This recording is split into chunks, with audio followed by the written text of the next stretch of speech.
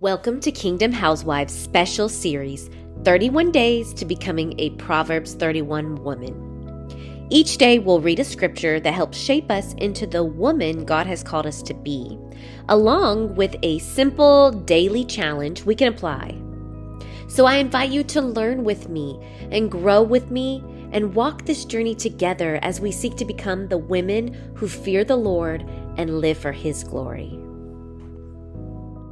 Welcome back, Christ followers, to Kingdom Housewives and day 30 of our 31 Days to a Proverbs 31 Woman series. I'm so thankful you're here as we talk about the blessing of generosity. Today's verse is coming from the book of Proverbs, and we're going to read Proverbs chapter 11, verse 25. It reads, "Whoever brings blessing will be enriched, and one who waters himself be watered." This verse teaches us that generosity blesses both the giver and the receiver. When we give, and it doesn't have to be money, this can be giving our time, giving resources, or even giving love.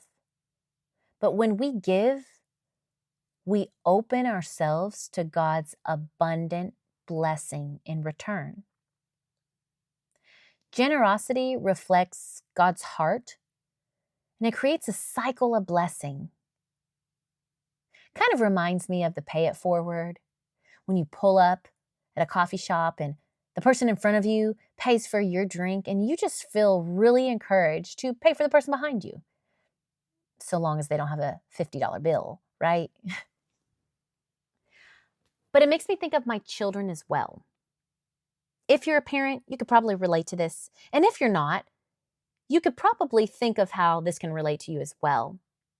But whenever I see my children giving to others, especially each other as siblings, it makes me want to do more for them. I'm reminded of when my son received money for his birthday. And I'll never forget, he got quite a bit of money. And his grandpa, who just gave him the money, by the way, said, "Hey, let me hold $10. And without a beat, my son said, "Sure, Pawpaw." And he gives him $10.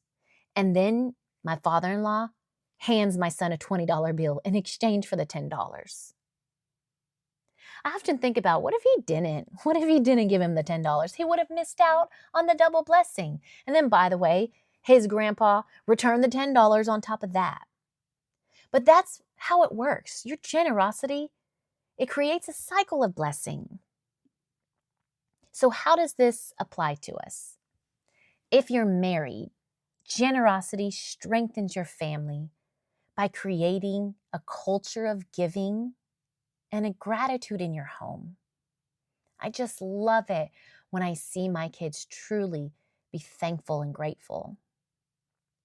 If you're single, serving others generously opens doors for growth and relationships, and it reflects Christ's love to those all around you.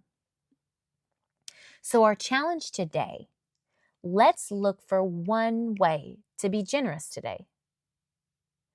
And actually, you could probably think of quite a few ways to be generous. This could be just a kind word to someone, an act of service, sharing what you have. Pray that God would use your generosity to bless others.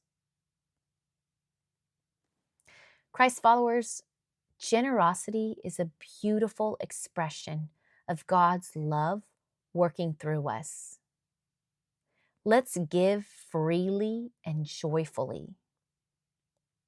Thank you so much for listening today. If this episode encouraged you, please share it with someone else who needs this reminder. Tomorrow, on day 31, we'll wrap up with the celebration of the Proverbs 31 woman's faith and dedication.